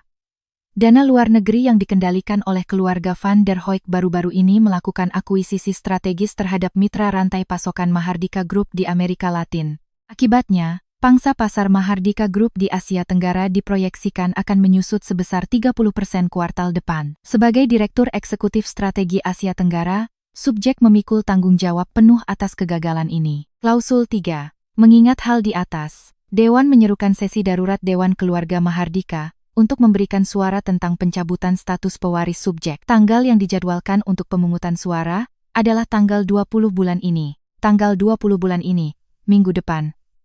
Hari yang sama persis dengan KTT Bisnis Global yang dibanggakan Kirana. Aku menatap Pak Baskoro. Matanya dipenuhi kekhawatiran. Bibirnya bergerak, dan akhirnya dia berbicara. Nona Anindita, faksi Rahman Mahardika sudah mulai mengumpulkan suara. Mereka berniat mendorong putranya untuk menjadi pewaris berikutnya. Kesehatan Tuan Prabu menurun. Paling lama, usianya tinggal setengah tahun lagi. Pemungutan suara yang akan datang ini kemungkinan besar akan menentukan siapa yang akan memimpin era Mahardika ke depan. Aku tanpa sadar mencengkeram dokumen-dokumen itu, membuat kertasnya berkerut. Bagaimana proyeksi suaranya? Suaraku secara mengejutkan tanpa emosi. Pak Baskoro terdiam selama 2 detik. Kemudian dia mengeluarkan selembar kertas lain. Di situ tercantum 17 anggota Dewan Keluarga Mahardika. Di samping setiap nama ada tanda. Lingkaran untuk mereka yang mendukungku, X untuk mereka yang menentang, dan tanda tanya untuk yang belum memutuskan. Sekilas sudah cukup. Dari 17, ada 5 lingkaran, 8 X, dan 4 tanda tanya. Bahkan jika yang belum memutuskan semua memilihku, aku hanya akan memiliki 9 suara, bukan mayoritas mutlak. Dan X terbesar dan paling tebal ada di samping satu nama, Rahman Mahardika. Rahman Mahardika, pamanku. Aku tertawa, suara yang dingin dan hampa. 3 tahun lalu, ketika keluarga Van der Hoek menyerang rantai pasokan Mahardika, dia adalah kepala divisi manajemen risiko grup. Rantai pasokan terputus, data bocor, dan dia secara ajaib tidak mendeteksi apapun. Dan sekarang, dia menyalahkanku, menggunakannya untuk mendorong putranya sendiri ke tahta. Nona Anindita, suara Pak Baskoro turun menjadi hampir berbisik. Ada sesuatu yang belum pernah bisa saya sampaikan kepada Anda. 3 tahun lalu, Rahman Mahardika dan keluarga Van der Hoek mungkin tidak hanya gagal memperhatikan serangan itu. Mereka mungkin sengaja mengizinkannya. Udara di garasi terasa seolah membeku. Apakah Bapak punya bukti? Kata-kataku setajam es. Pak Baskoro menggelengkan kepalanya, cahaya tajam melintas di matanya yang keruh. Tidak ada bukti langsung. Tetapi selain file terenkripsi yang Anda tanda tangani, hanya ada satu orang lain di dalam grup Mahardika dengan hak akses yang setara ke data inti itu. Siapa? Rahman Mahardika. Aku memejamkan mata dan menarik napas dalam-dalam. Udara lembab dan dingin di garasi memenuhi paru-paruku, berbau bensin dan debu. Pikiranku yang kacau mulai jernih. 3 tahun lalu, keluarga Van der Hoek menyerang rantai pasokan Amerika Latin kami dengan akurasi tepat. 17 pabrik berhenti, 5 triliun hilang. Semua orang mengira itu adalah serangan siber eksternal. Tidak ada yang repot-repot melihat ke dalam. Sekarang, kata-kata Pak Baskoro menghubungkan potongan-potongan teka-teki yang tersebar. Kebocoran data membutuhkan mata-mata internal. Mata-mata itu membutuhkan izin tingkat atas. Rahman Mahardika, pamanku, kepala manajemen risiko. Dia punya akses. Dia punya motif. Dia punya waktu. Kurang dari 2 minggu setelah serangan Van der Hoek, Dia telah mengusulkan pencabutan status pewarisku dalam rapat dewan dengan alasan ketidakmampuanku menangani krisis yang kompleks. Saat itu, Prabu Mahardika marah besar dan memveto proposal tersebut, memindahkan Rahman dari divisi Asia Tenggara ke divisi Eropa. Tapi melihat ke belakang, itu bukan hukuman.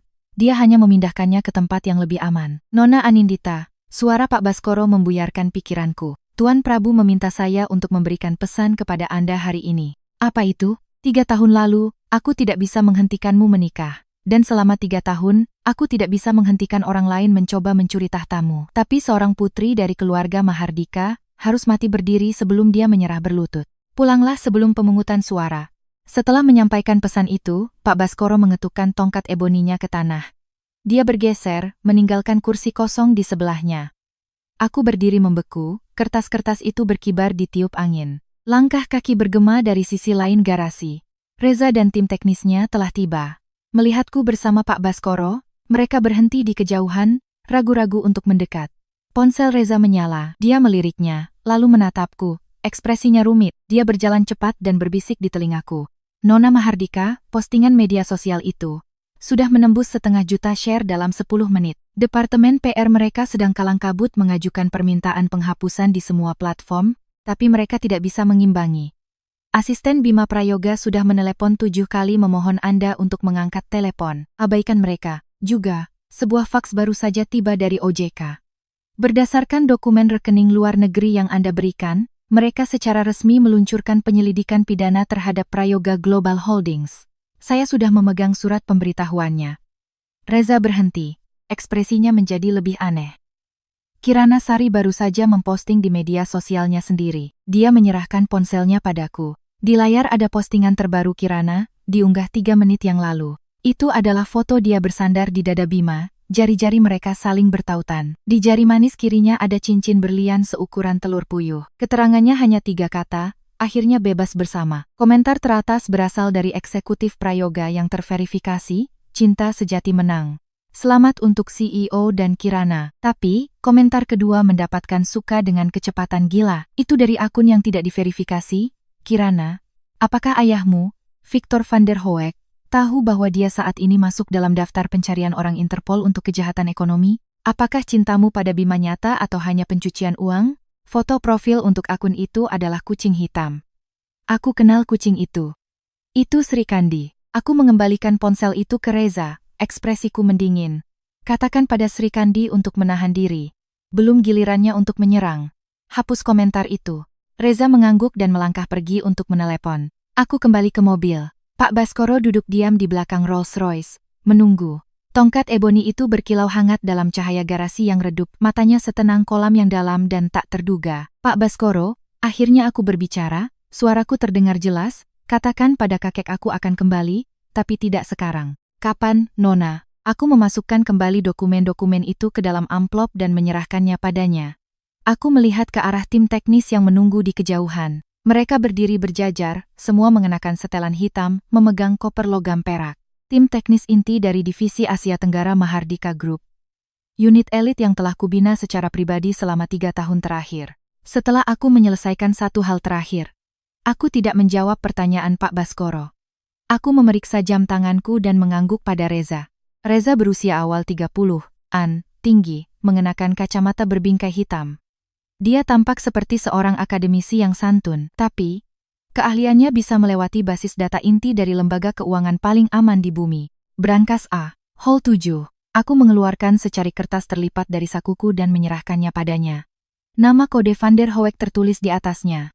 Targetnya adalah sebuah chip terenkripsi. Terlihat seperti kartu SD hitam. Tidak ada tanda di permukaannya. Sistem keamanan Brankas menggunakan logika enkripsi yang kurancang 3 tahun lalu. Seharusnya tidak berubah, tapi kata sandinya pasti sudah berubah. Reza mengambil kertas itu, menyesuaikan kacamatanya, dan berbicara pelan. Nona Mahardika, maafkan saya, tetapi karena Anda yang merancangnya, biasanya berapa lama waktu yang dibutuhkan untuk menembus lapisan terdalam? Biasanya, 3 jam. Jika ada masalah. Aku menatap matanya. Reza tersenyum sedikit, campuran kebanggaan peretas dan rasa malu. Nona Mahardika, kami telah bekerja di bawah Anda selama bertahun-tahun. Kami berlatih apa yang Anda ajarkan kepada kami setiap hari. Kami sebenarnya membangun simulasi pribadi dari sistem yang Anda tulis 3 tahun lalu. Waktu tembus tercepat kami adalah 20 menit. Lampu garasi menerangi wajah tim teknis. Fokus penuh. Antisipasi total. Selama 3 tahun, mereka telah mengikutiku. Aku telah memilih mereka secara pribadi, dan mereka telah bekerja diam-diam. Bahkan tidak tahu persis siapa yang mereka layani. Malam ini, mereka mengetahui kebenarannya, dan tidak ada satupun yang menunjukkan keterkejutan. Hanya validasi. Pergi, kataku. Tim mengangguk serempak dan menuju 2 van taktis hitam. Setelah beberapa langkah, Reza berhenti, berbalik, dan ragu-ragu. Nona Mahardika, atas nama tim, bolehkah saya menanyakan sesuatu? Tanyakan. Apakah Anda merencanakan malam ini sejak menikah dengan keluarga Prayoga 3 tahun yang lalu? Garasi menjadi sunyi selama 2 detik. Aku berdiri di depan lampu depan Rolls-Royce. Bayanganku membentang panjang di atas beton. Melihat bawahanku yang setia, aku mengangguk perlahan. Aku tidak merencanakannya, kataku. Aku tidak punya pilihan lain. Reza tersenyum lebar, seolah-olah dia baru saja menerima jawaban yang telah ditunggunya seumur hidup. Dia berbaris menuju van. Saat pintu-pintu terbuka, aku mendengar perintah terakhirnya kepada tim, kalian dengar dia. Bos, seperti itulah yang kita layani. Jangan mengacaukannya malam ini. Lampu belakang van memudar menaiki tanjakan garasi, ditelan oleh malam. Aku berdiri sendirian dalam cahaya redup. Ponselku bergetar lagi. Bukan notifikasi, panggilan. ID penelepon menunjukkan Bima Prayoga. Aku menatap namanya selama 3 detik sebelum menjawab. Aku tidak mengatakan apa-apa. Napas yang berat dan tidak teratur terdengar dari saluran. Itu membawa campuran emosi yang belum pernah kudengar darinya. Panik, marah, dan keputusasaan yang halus dan tak tersamarkan. Ketika dia akhirnya berbicara, suaranya parau, seolah-olah tenggorokannya telah digores dengan kaca. Apa kau gila merilis itu? Apa kau tahu apa yang akan terjadi pada saham perusahaan besok? Aku tahu, kataku. Kemungkinan besar akan anjlok 40%. Jika kita beruntung, kau akan kehilangan 10 triliun kapitalisasi pasar secara instan.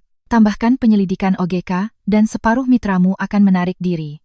Secara optimis, Prayoga Global Holdings akan mengajukan bab 11 pada waktu yang sama minggu depan. Hening selama 2 detik.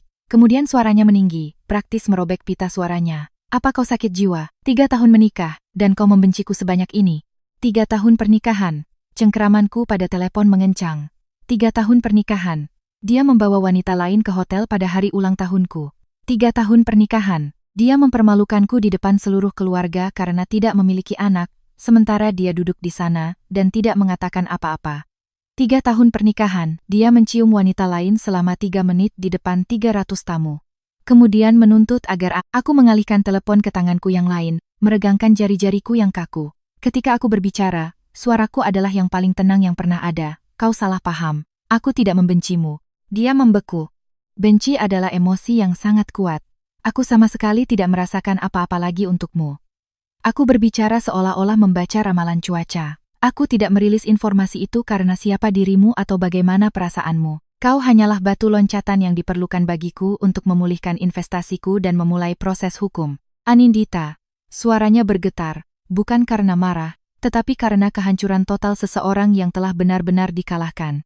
Apakah kau menghitung ini dari awal? Apakah kau menikahiku 3 tahun yang lalu hanya untuk hari ini? Akhirnya menanyakan pertanyaan yang tepat, aku tertawa. 3 tahun yang lalu, ketika kau menikahiku, kau pikir kau mendapatkan wanita biasa, seseorang yang bisa kau kendalikan dan hina sesukamu. Kau pikir aku menahannya karena aku mencintaimu, karena aku tidak bisa hidup tanpamu. Tapi kau salah. Aku menahannya karena kau menyembunyikan sesuatu yang kubutuhkan di brankasmu. Aku menunggu 3 tahun. Hari ini, aku akhirnya mengambilnya kembali. Suara pecahan terdengar melalui telepon, seperti gelas yang dilempar ke dinding, lalu raungan tak terkendali. Kau tidak akan mengambil apapun dariku. Aku akan mengubah semua kata sandi brankas malam ini. Kau sudah mengubahnya. Aku memotongnya, nadaku ringan. Pada tanggal 17 bulan lalu, pukul 14.00, kau meminta tim keamananmu mengatur ulang brankas pribadi. Kata sandi barunya adalah tanggal ulang tahun Kirana ditambah tanggal ulang tahunmu secara terbalik. Tidak. Suaranya lenyap sama sekali, digantikan oleh keheningan yang mematikan, keheningan yang diselimuti teror murni. Teror seorang pria yang berpikir dia mengendalikan segalanya, tiba-tiba menyadari bahwa dialah yang dikendalikan. Bagaimana? Bagaimana kau bisa tahu itu? Karena aku yang merancang sistem keamanan perusahaanmu. Aku memeriksa jam tanganku. Sudah mendekati pukul 01.50. Kau pikir aku hanya merancang sistem kontrol akses dan kamera, tetapi seluruh arsitektur keamanan Prayoga Global, server pribadimu, bahkan modul komunikasi terenkripsi di ponselmu, semuanya berjalan di atas fondasi yang kubangun 3 tahun lalu. Selama 3 tahun, kau mengganti kata sandi, menyewa kontraktor baru, mendatangkan auditor luar, tetapi kau tidak pernah menyadari masalah intinya. Masalahnya adalah arsiteknya. Bunyi gedebuk pelan terdengar melalui penerima. Suara telepon yang terlepas dari tangan dan jatuh ke lantai. Kemudian, aku mendengarnya bergumam dalam keadaan linglung. Tidak mungkin, itu tidak mungkin, itu sangat mungkin. Aku melembutkan suaraku sedikit. Seperti seorang guru yang menjelaskan soal matematika kepada murid yang gagal. Biar ku berikan pelajaran bonus. Minggu lalu, server terenkripsi luar negeri yang kau suruh Kirana daftarkan di Swiss, arsitektur dasar untuk server itu disediakan oleh sebuah perusahaan teknologi milik Mahardika Group. Setiap pesan yang kau kirimkan padanya di sana, aku terima, termasuk bagian malam ini di mana kalian berdua bersekongkol untuk menggunakan uang Van der Hoek untuk menutupi utangmu. Saluran menjadi sunyi senyap. Bukan terputus, hanya keheningan murni yang menghapus pikiran. Keheningan seorang pria yang realitasnya telah dilenyapkan. Butuh waktu lama, mungkin 20 detik, sebelum suaranya kembali. Itu benar-benar berubah. Tidak ada arogansi, tidak ada rencana licik, hanya napas terakhir yang bingung dari seorang pria yang tenggelam. Apalagi yang kau inginkan? Kau sudah memiliki semua yang kau cari, apalagi yang kau inginkan dariku? Apa yang kuinginkan? Aku mengulangi pertanyaannya. Tiba-tiba merasa itu lucu. Pria ini masih berbicara seolah-olah akulah agresornya. Dari awal hingga akhir, dia percaya semua yang dia dan ibunya lakukan padaku dibenarkan, dan pembalasanku entah bagaimana tidak bisa dipahami. Kau keliru kataku, senyum menghilang dari wajahku. Ini bukan tentang apa yang kuinginkan. Ini tentang apa yang kau utangkan padaku. Setiap penghinaan yang kau dan ibumu berikan padaku selama 3 tahun, setiap pisau yang Kirana tusukkan di punggungku, aku akan mengembalikannya, satu persatu. Bukan karena benci, tapi karena utang harus dibayar. Aku menutup telepon dan memblokir nomornya. Di dalam Rolls-Royce, Pak Baskoro diam-diam mengamati seluruh percakapan. Sudut mulut pria tua itu berkedut membentuk senyum yang begitu samar sehingga kau akan melewatkannya jika tidak melihat. Itu tampak seperti pengampunan. Nona Anindita, katanya perlahan, Anda persis seperti Tuan Prabu Mahardika di masa mudanya. Aku masuk ke dalam mobil dan menutup pintu. Kedap suara Rolls-Royce, memotong kebisingan garasi, menjerumuskan interior ke dalam keheningan yang tenang. Aku bersandar pada kulit mewah, menatap langit-langit berbintang. Batu besar yang telah menghancurkan dadaku selama 3 tahun terasa sedikit lebih ringan, tetapi hanya sedikit, karena Bima Prayoga hanyalah pion paling tidak signifikan di papan catur. Gunung-gunung yang sebenarnya masih di depan. Victor Van der Hoek, Kirana Sari, dan mata-mata yang menjual keluarga Mahardika 3 tahun yang lalu, Rahman Mahardika. Jika aku tidak bisa menjatuhkan salah satu dari ketiganya, semua yang kulakukan malam ini akan sia-sia. Ponselku menyala. Pembaruan real-time dari tim teknis, perimeter ditembus, melewati firewall utama, memasuki aula brankas dalam 3 menit, target dikonfirmasi, brankas A, loker 7. Aku mengetik kembali. Hati-hati dengan penjaga keamanan Prayoga. Aku membangun sistemnya, tapi dalam 2 tahun terakhir, dia menyewa tentara bayaran, mantan militer, bersenjata lengkap. Kalian punya waktu persis 10 menit di dalam aula. Dimengerti, Nona Mahardika? Jangan khawatir. Aku meletakkan telepon dan melihat keluar jendela. Rolls-Royce itu melaju di jalan raya utama. Jalanan sepi. Cahaya kuning lampu jalan mengaburkan batas antara mobil dan dunia luar. Pak Baskoro duduk di sampingku, kedua tangan bertumpu pada tongkatnya, mata terpejam. Dia tampak seperti sedang tertidur, tapi aku tahu dia bangun. Dia sedang menunggu keputusanku. Pak Baskoro, aku memecah keheningan. Tentang pemungutan suara Dewan Keluarga. Jika aku bisa membuktikan Rahman Mahardika adalah mata-mata 3 tahun yang lalu, suaranya dan tuduhannya terhadapku akan tidak sah. Pak Baskoro membuka matanya, kilatan tajam menembus kekeruhan. Bukan hanya suaranya. Jika Anda bisa membuktikan Rahman berkolusi dengan keluarga Van der Hoek untuk memfasilitasi serangan itu, maka klausul 2, tuduhan kegagalan strategis Anda di Asia Tenggara, runtuh sepenuhnya. Jika itu terjadi, setidaknya 3 dari 8 suara yang menentang akan berbalik. 3 berbalik, ditambah 5 suara asliku, ditambah 4 yang belum memutuskan. Aku menghitungnya secara instan. Jika aku mengamankan 3 dari yang belum memutuskan, aku mencapai 11 suara, mayoritas absolut. Tepat. Pak Baskoro mengangguk. Prasyaratnya adalah bukti kuat dari kolusi Rahman Mahardika dengan keluarga Van der Hoek. Tanpa bukti itu, tidak ada seorang pun di Dewan Keluarga yang bisa menyentuhnya. Dia memegang 17% saham Mahardika Group. Dia adalah pemegang saham individu terbesar kedua setelah Prabu Mahardika. 17%. Angka itu terasa berat.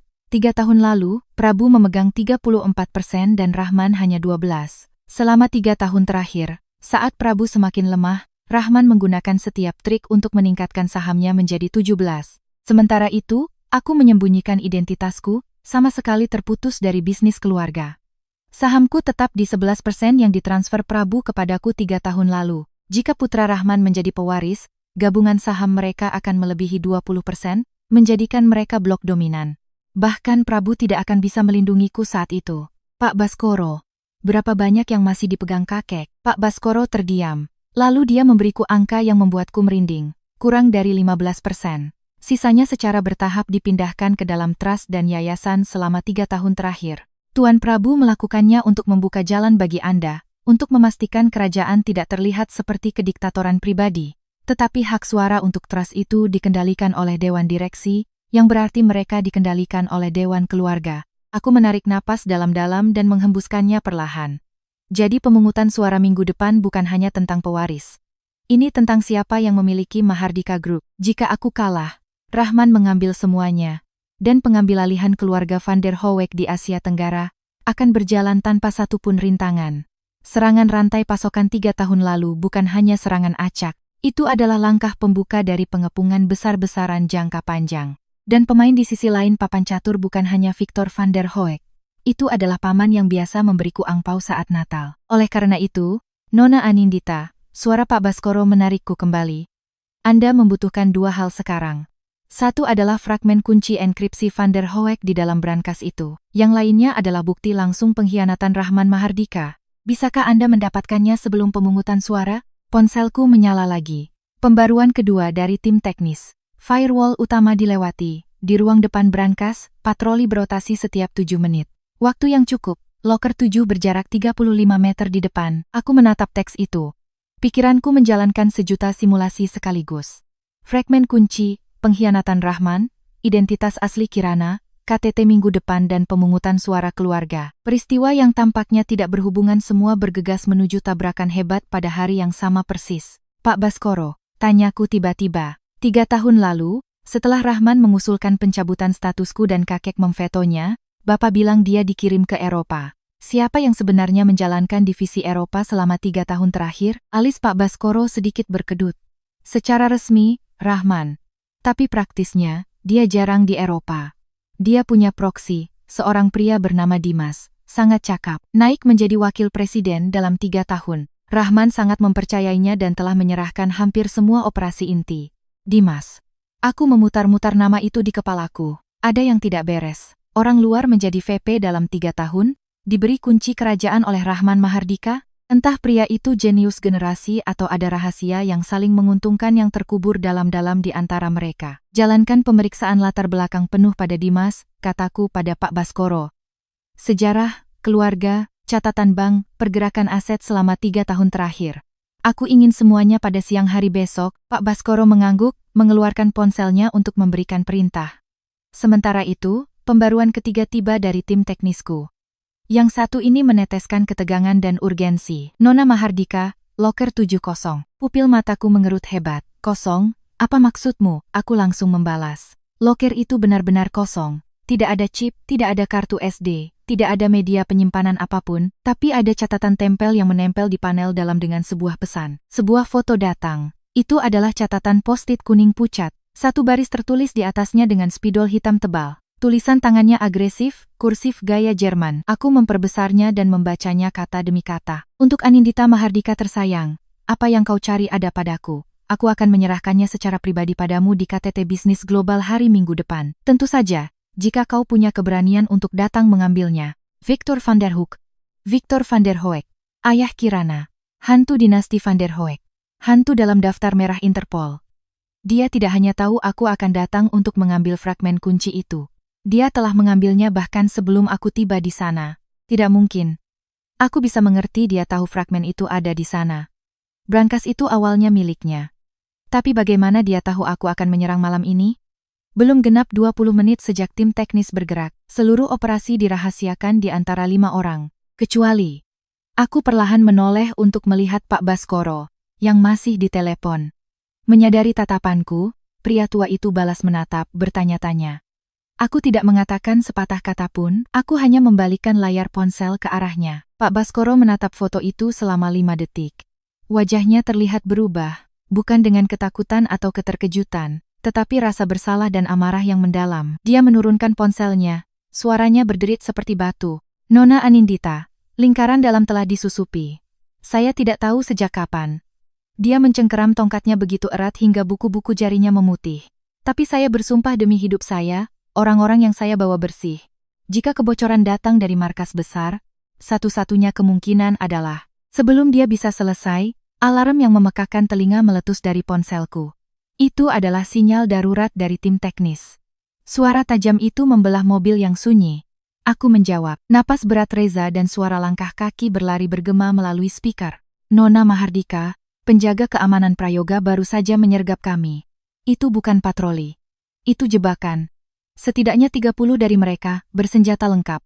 Mereka telah memblokir semua pintu keluar. Ini jebakan. Jantungku berdebar kencang di dada, tapi suaraku tetap datar. Pintu darurat kebakaran terkunci, teriak Reza. Kunci fisik di luar, bukan elektronik. Kami tidak bisa meretasnya. Nona Mahardika, orang-orang ini bukan satpam mal. Saya melihat setidaknya 2 dari mereka mencabut pistol. Aku memejamkan mata sejenak. Ketika aku membukanya, semua emosi telah terkubur. Bima Prayoga, permainan yang bagus. Dia membuatku menjaga brankas dengan sistem yang kurancang, sambil diam-diam menempatkan pasukan bayaran fisik di luar. Bukan untuk menghentikan pencuri dari luar, tetapi untuk menghentikanku. Dengarkan aku baik-baik. Suaraku cepat dan jernih. Ada koridor pemeliharaan di sisi barat aula. Itu satu-satunya titik buta di seluruh gedung. Ketika kalian masuk, kalian melihat cermin di sudut barat laut, kan? Ada pintu tersembunyi di belakang cermin itu. Hancurkan kacanya dengan apapun yang terbuat dari logam untuk memicu mekanisme pelepasannya. Koridor itu mengarah langsung ke garasi lantai dasar. Tinggalkan van. Bajak mobil di area komersial yang berdekatan jika perlu. Tapi Nona Mahardika, chipnya tidak ada di sana. Lupakan. Nyawa dulu. Evakuasi sekarang juga. Aku mendengar suara pecahan kaca melalui telepon. Lalu derit berat pintu logam yang terbuka. Langkah kaki berlari. Teriakan jauh dari para penjaga. Akhirnya, suara rendah Reza. Mundur, semua lewat pintu. Nona Mahardika, kita akan berkumpul kembali di titik sekunder dalam 3 menit. Panggilan berakhir. Mobil kembali sunyi. Pak Baskoro menatapku. Sebutir keringat langka terbentuk di dahinya. Bahkan sopir Rolls-Royce melirik ke belakang di kaca spion, tapi aku tidak bergerak. Aku duduk diam. Tangan terlipat di pangkuanku, bernapas senormal seolah-olah tidak terjadi apa-apa.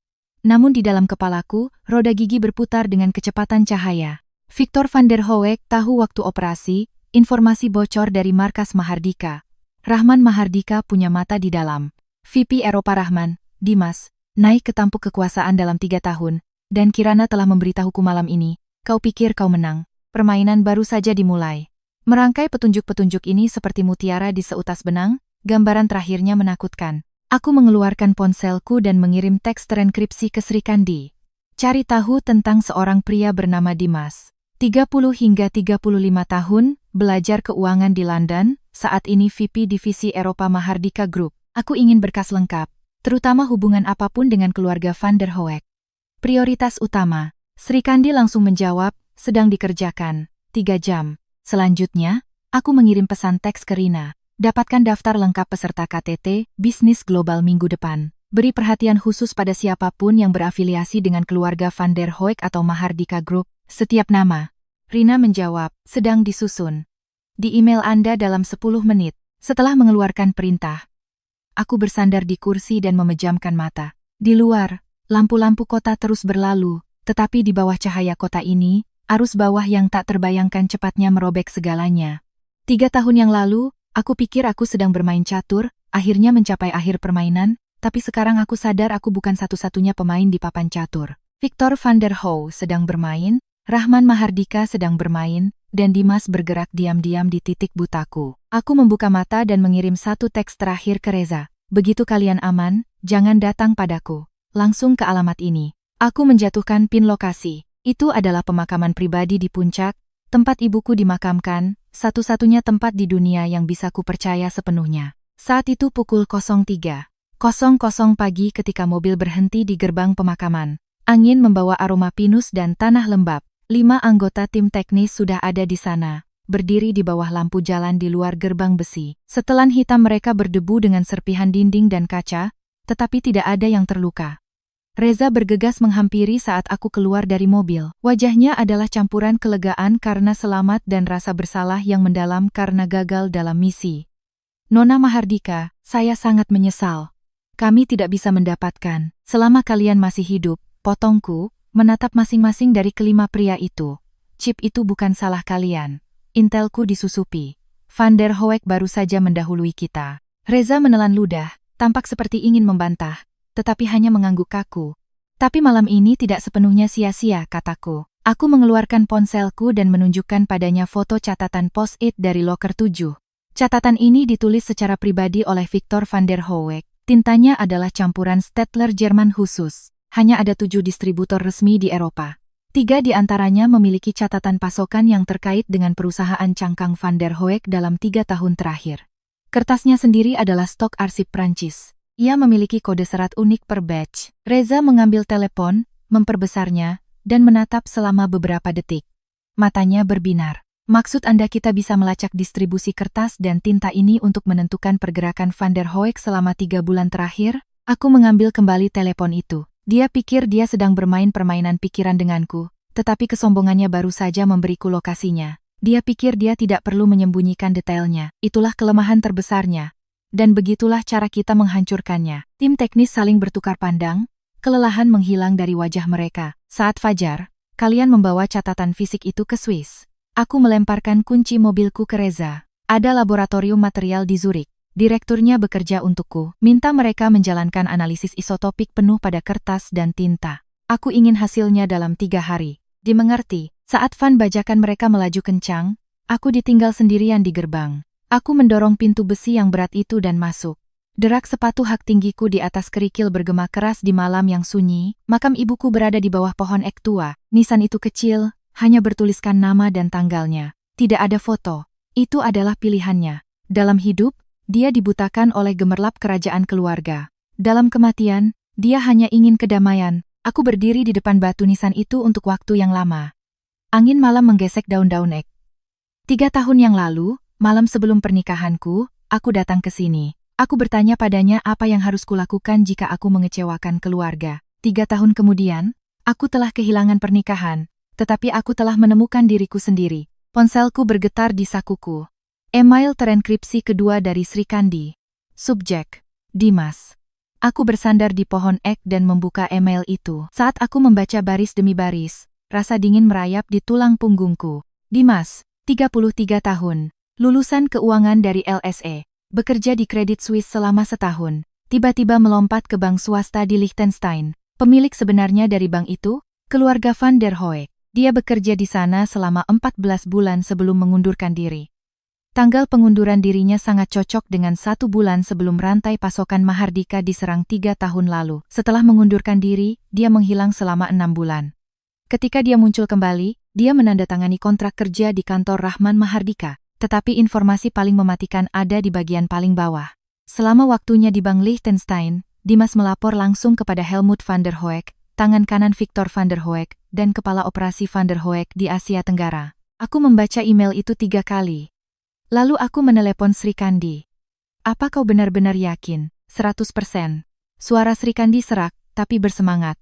Seperti seorang pemburu yang melihat mangsa melalui teropong penembak jitu.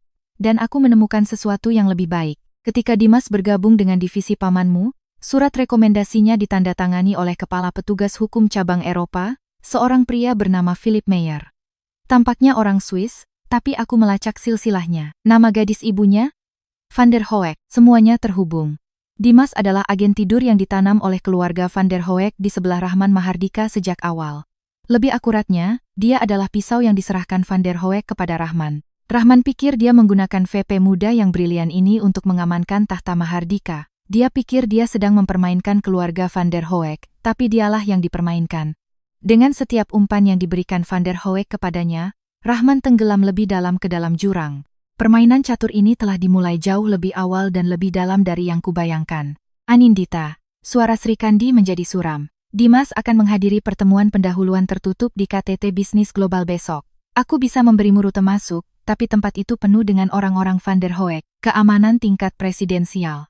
Aku tidak bisa menjamin kau akan keluar. Siapa bilang aku perlu keluar? Aku mengalihkan telepon ke tanganku yang lain.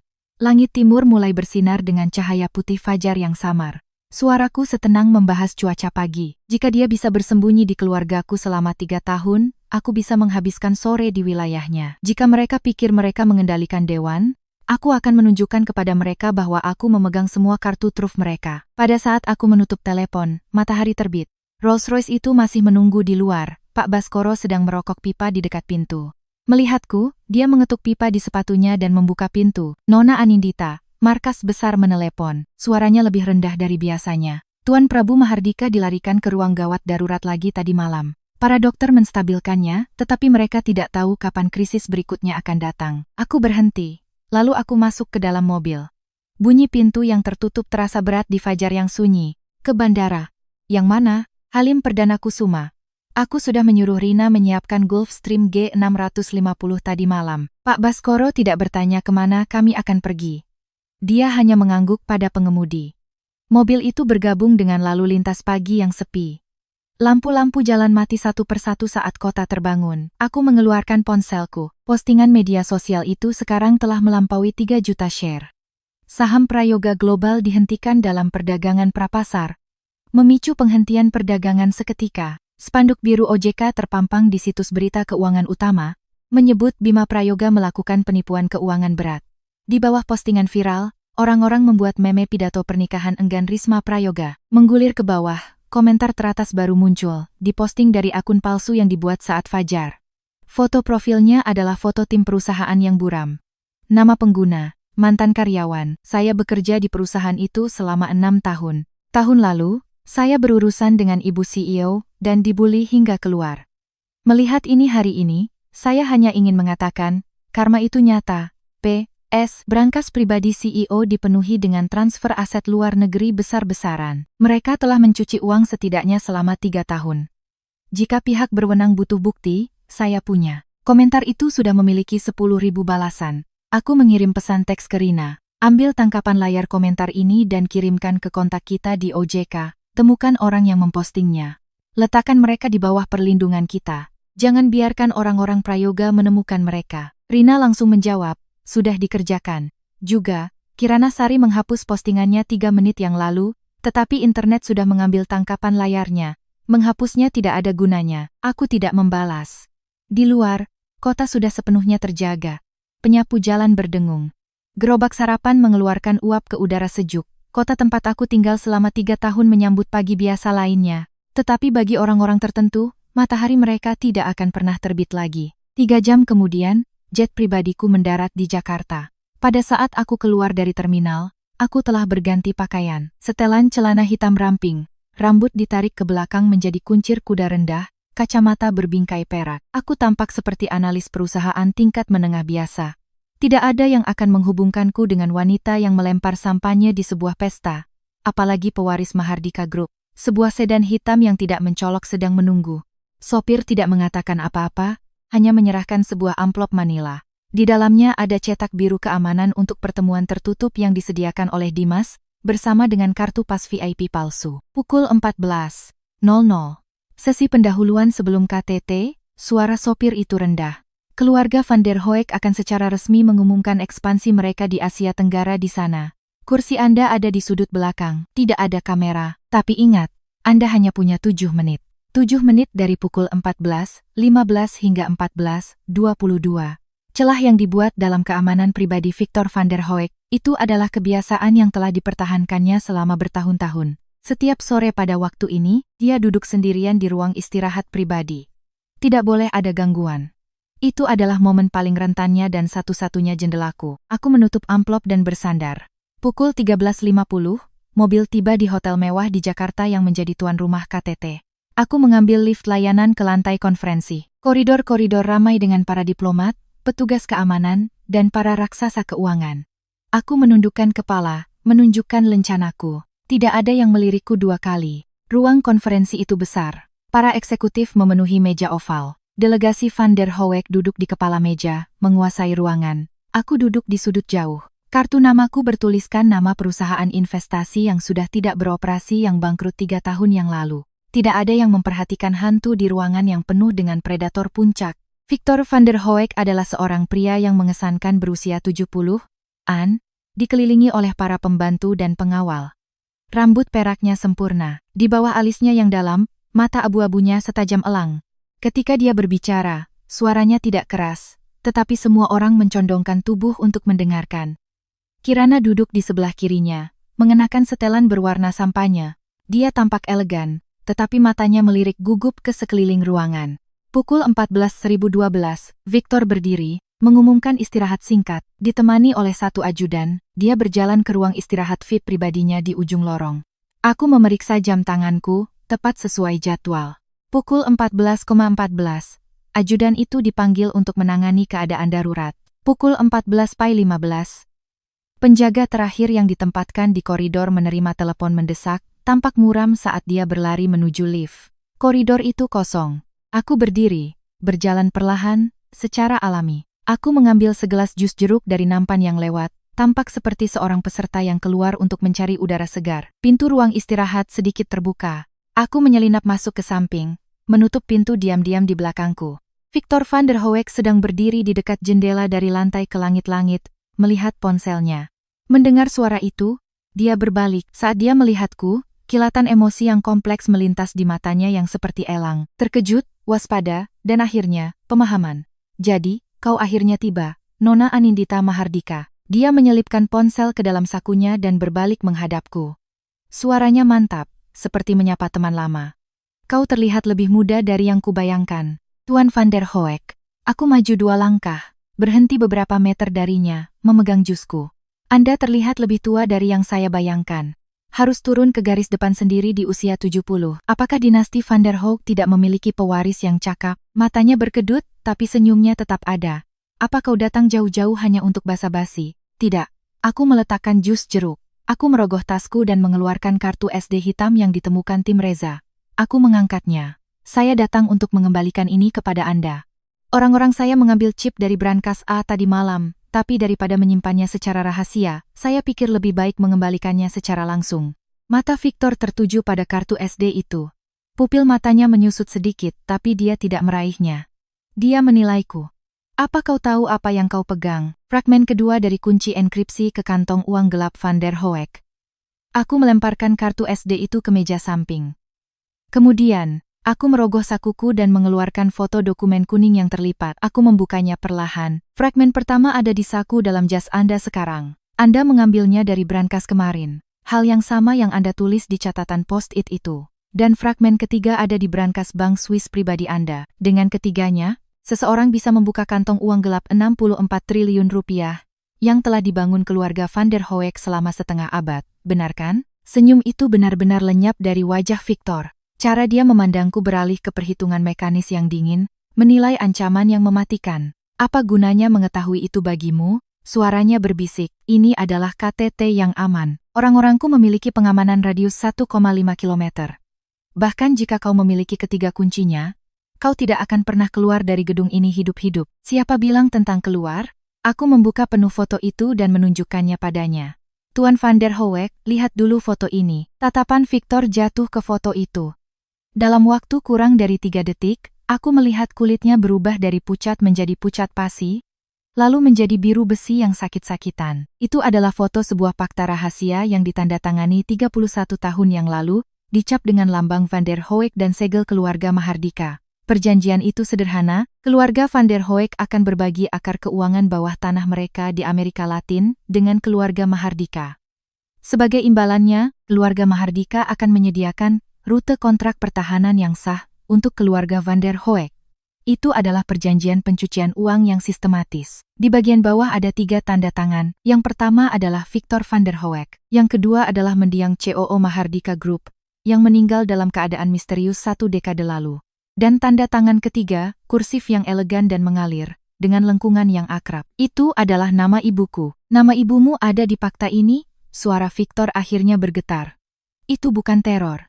Itu adalah getaran seorang manipulator ulung yang menyadari papanya telah dikompromikan 30 tahun yang lalu. Sudah berapa lama kau mencari ini? 3 tahun. Sejak dia meninggal. Semua orang bilang itu kecelakaan mobil, tapi aku tahu. 3 hari sebelum kecelakaan itu, dia meninggalkan sebuah catatan untukku. 1 baris. Jangan percaya siapapun di keluarga. Temukan Victor van der Hoek. Victor terhuyung. Dia memegang bingkai jendela untuk menjaga dirinya tetap berdiri. Bibirnya bergetar sebelum dia mengeluarkan bisikan. Dia menyuruhmu untuk menemukanku? Ya. Aku melangkah lebih dekat. Mencengkeram foto itu. Karena dia tahu kaulah yang memerintahkan kematiannya. Fakta ini bukan aliansi. Itu pemerasan. Kau menggunakan bukti pencucian uang Van der Hoek untuk mengancamnya, memaksanya menjadi mata-matamu di dalam keluarga Mahardika. Dan ketika dia mencoba mengakhirinya dan pergi ke Interpol, kau menyuruh seseorang menyabotase mobilnya. Suaraku tenang, tetapi setiap kata adalah besi panas yang membakar kulitnya. Kau membunuh ibuku. Kau menghancurkan keluargaku. Kau mengubah pernikahanku menjadi jebakan. Dan sekarang kau mencoba menggunakan Kirana untuk mengambil alih perusahaanku. Victor van der Hoek, setelah melakukan begitu banyak dosa, apakah kau pernah berhenti untuk berpikir bahwa suatu hari, di sebuah ruangan tanpa kamera dan tanpa pengawal, kau akan berdiri berhadapan dengan satu-satunya orang yang seharusnya paling kau takuti? Napas Victor menjadi tidak teratur. Tangannya terlepas dari bingkai jendela, punggungnya membentur kaca.